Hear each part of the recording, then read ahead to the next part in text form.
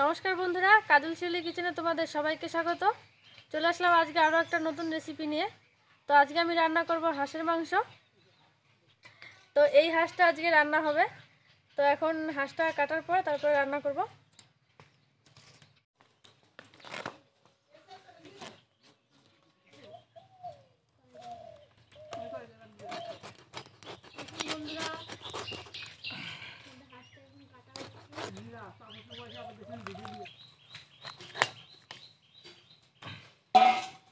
এই দেখুন আমাদের মাংস কাটা হয়ে গেছে।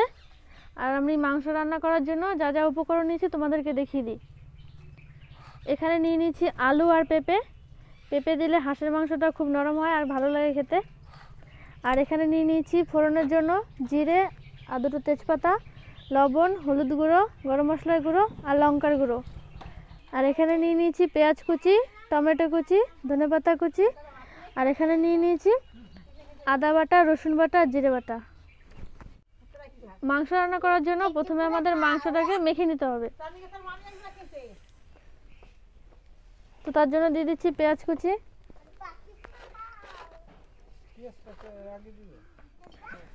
আদা রসুন জিরে বাটা দিয়ে দিচ্ছি।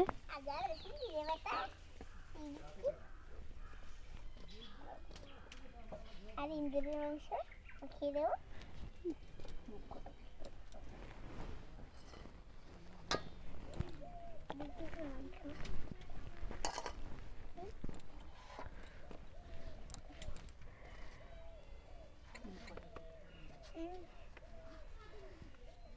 দিয়ে দিচ্ছি লঙ্কার গুঁড়ি, হলুদ গুঁড়ি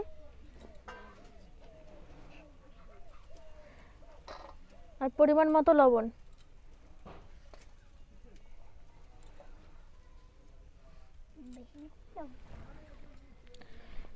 এবার দিয়ে দেবো সর্ষের তেল।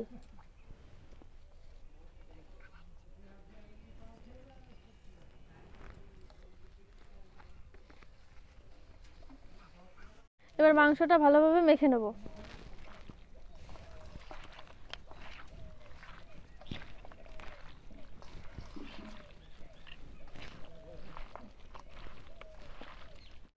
মাংসটা আমি খুব ভালোভাবে মেখে নিয়েছি। এবার মাংসটা ম্যারিনেট হওয়ার জন্য 10 মিনিটের মতো ঢাকা দিয়ে রেখে দেবো। তেল গরম হয়ে গেছে, জিরা দিয়ে দেবো।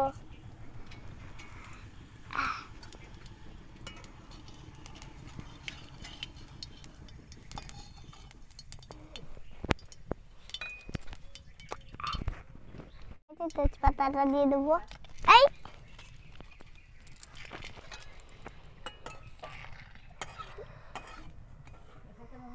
মাংসটা ম্যারিনেট হয়ে গেছে, এবারে মাংসটা দিয়ে দেবো।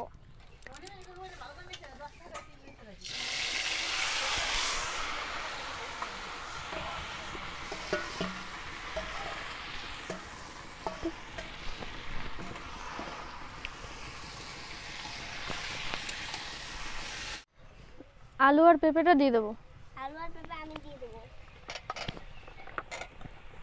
তোমরা কারো হাত দেখতে পাচ্ছ না।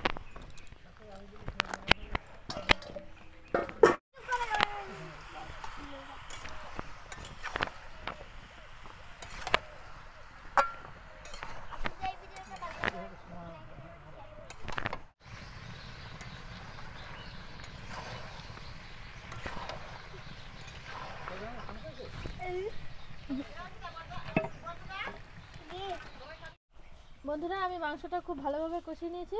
এবার জল দিয়ে দিচ্ছি। মানে কেমন খেয়ে নেবে। আগে থেকেই তো ডুবে জল চলে এসছে।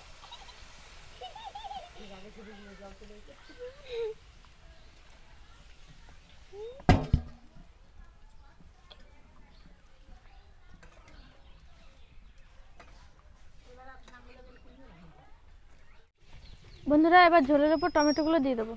বন্ধুরা, জলের উপর টমেটো দিয়ে দেবো। দিয়ে দিলাম টমেটোটা, ধনেপাতা কুচি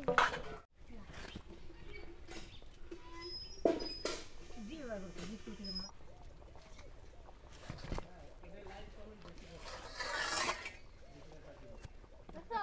বন্ধুরা, এবার গরম মশলা গুঁড়িটা দিয়ে দেবো।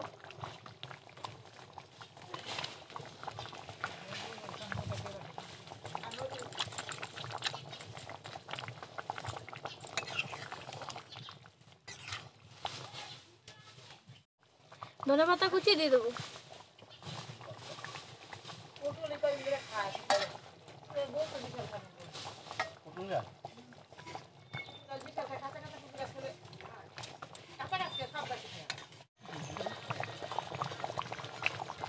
বন্ধুরা, আমার মাংস রান্না হয়ে গেছে, এবার নামিয়ে নেবো।